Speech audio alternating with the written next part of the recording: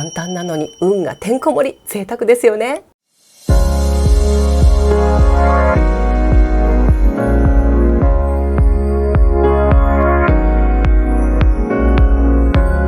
はい、皆様こんにちは。大福まめこです。いつもご視聴ありがとうございます。今回は2025年今年の節分と立春の2日間に今後の人生を変える大きな福を招こうというお話をしたいと思います。このチャンネルでは引き寄せの法則や潜在意識、波動など願いを叶えて幸せになるための意識や行動についてお話ししています。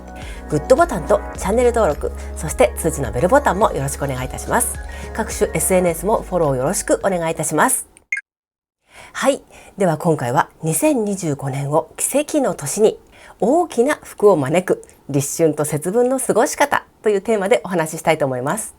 今回のタイトル、私の名前にちなんでつけてみました。大福まめこっていう名前、なんか節分っぽいですよね。節分用のこういったお豆をね、福豆って言いますし、スーパーとかコンビニでこういったね、お豆を見つけたら私のことを思い出してください。さて、2月2日は節分、翌日の2月3日は立春です。節分というのは季節の変わり目という意味です。二十四節気では立春を春の始まり、また一年の始まりとすることから、立春の前日を節分と呼ぶようになりました。ではまず節分についてどんな意味がある日なのか、どんな過ごし方をすればいいのかお話ししてみましょう。今年は2月2日が節分で、例年より1日早いそうです。これは4年ぶりのことだそうで、大安と虎の日も重なってめっちゃパワフルな吉日となっています。風の時代に本格移行してから初の節分、そしてさらにこれだけの珍しい巡り合わせですから、強力なエナジーが満ちる日になりそうです。この動画を見られた方全員にぜひともこの素晴らしい運気を取り入れていただきたいと思います。節分といえば豆まきですよね。節分は鬼は外、福は内という掛け声をかけながら、いった大豆をまき、年齢の数だけ豆を食べて1年の無病息災を祈る行事です。豆には邪気を払う霊力があると考えられていて、病や災いを払い、さらにその豆を食べることで力をいただきましょうということで習慣化したそうです。この季節の境目というのは特に魔や鬼が近づきやすいとされています。実際にこの時期はね、インフルエンザが流行ったり、受験や進学、就職など環境の変化が大きい時ですよね。昔も疫病などがこの時期に流行しやすかったので、節分の邪気払いはとても大切だと考えられていました。皆さん、豆まきは毎年されていますか？私ね、子供時代から豆まき欠かしたことがないんですよ。先ほども言いましたが、豆は邪気を払うとされているでしょ。でね、豆をまくと家の中とか自分の心の中がね、本当に悪いものが出ていってすっきりする感じがするんです。豆まきの後って本当に空気がすがすがしく変わったような感じしませんか？で、今年は、昨年末に風の時代に入って 100% 風の時代になってから初の節分と立春ということになります。吹いてきた風をしっかりキャッチして変化の流れにスムーズに乗っていけるように、今年の節分は特に気合を入れて豆まきしていただきたいと思います。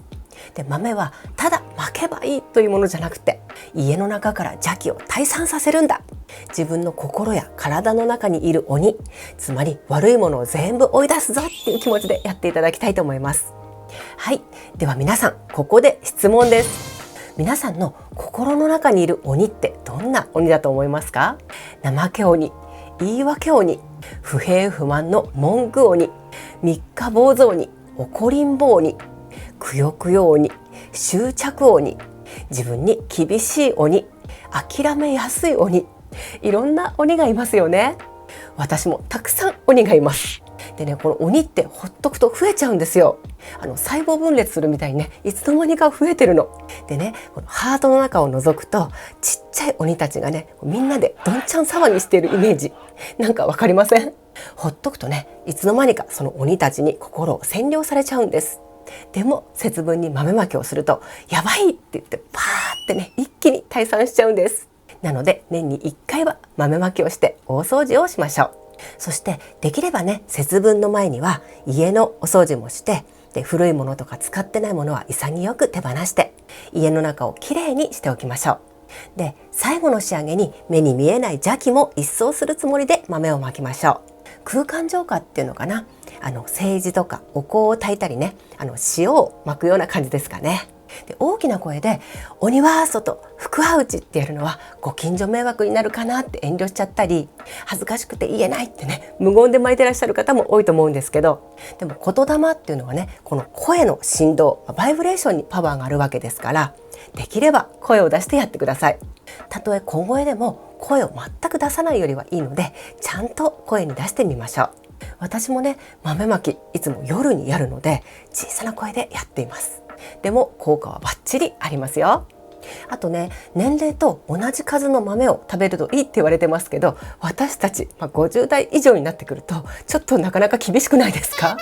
もう修行みたいになっちゃうんで、昨年もねご紹介したんですけど、福茶という方法をご紹介したいと思います。節分のお豆をね、お茶に入れて飲む方法なんですけど、大福茶という呼び方もあって、とっても美味しいんです。この縁起のいい福茶、作り方をご紹介します。材料は湯飲み1杯分です。福豆3粒、これフライパンでね軽く炒ると美味しくなります。塩昆布少々、梅干し1粒、これは種を取っておきましょう。熱湯または緑茶。作り方は材料を全部湯飲みに入れて、熱いお湯かお茶を注ぐだけ。とっても簡単でしょ？塩昆布とほぐした梅干しからとっても美味しいお出汁が出るんですね。で、この福豆がねふやけてくるのがまた美味しいんです。福豆は3粒にすると縁起がいいそうです。前に3の法則っていう動画も出していますけど、3というのは吉数でパワフルなんです。豆には邪気払いだけでなく、豆々しく健康でよく働けるという意味もあります。昆布は喜ぶですし、梅も松竹梅でおめでたいですよね。たった一杯の福茶の中に縁起物がたくさん入っているんです。簡単なのに運がてんこ盛り、贅沢ですよね。今年1年大きな福を呼び込んで、奇跡が起きるように祈りながらいただきましょう。ちなみに節分というと恵方巻きも人気ですよね。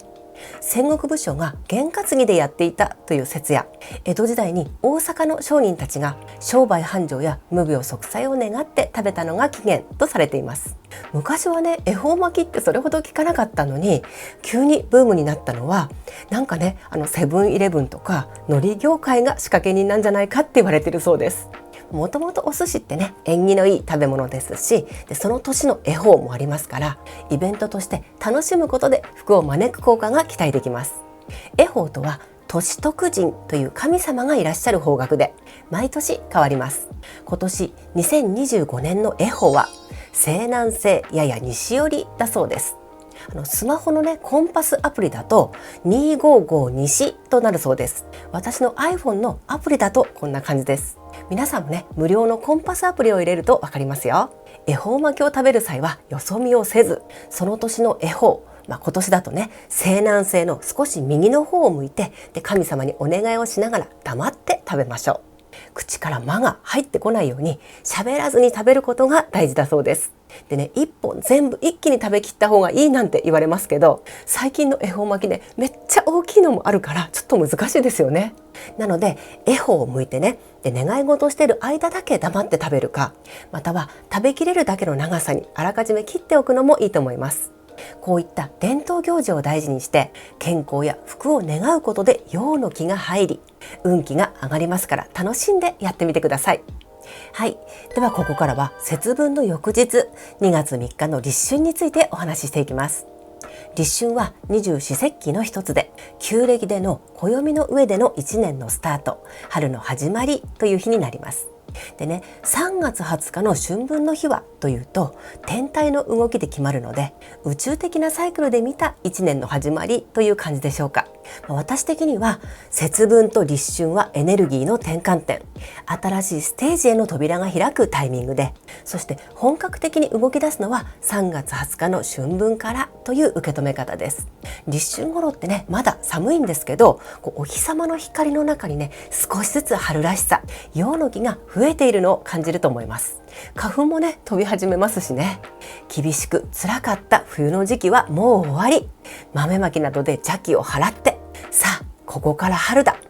新しい季節が始まるぞっていう感じで、背筋をピンと伸ばしてね、前を向くような気持ちになれる頃だと思います。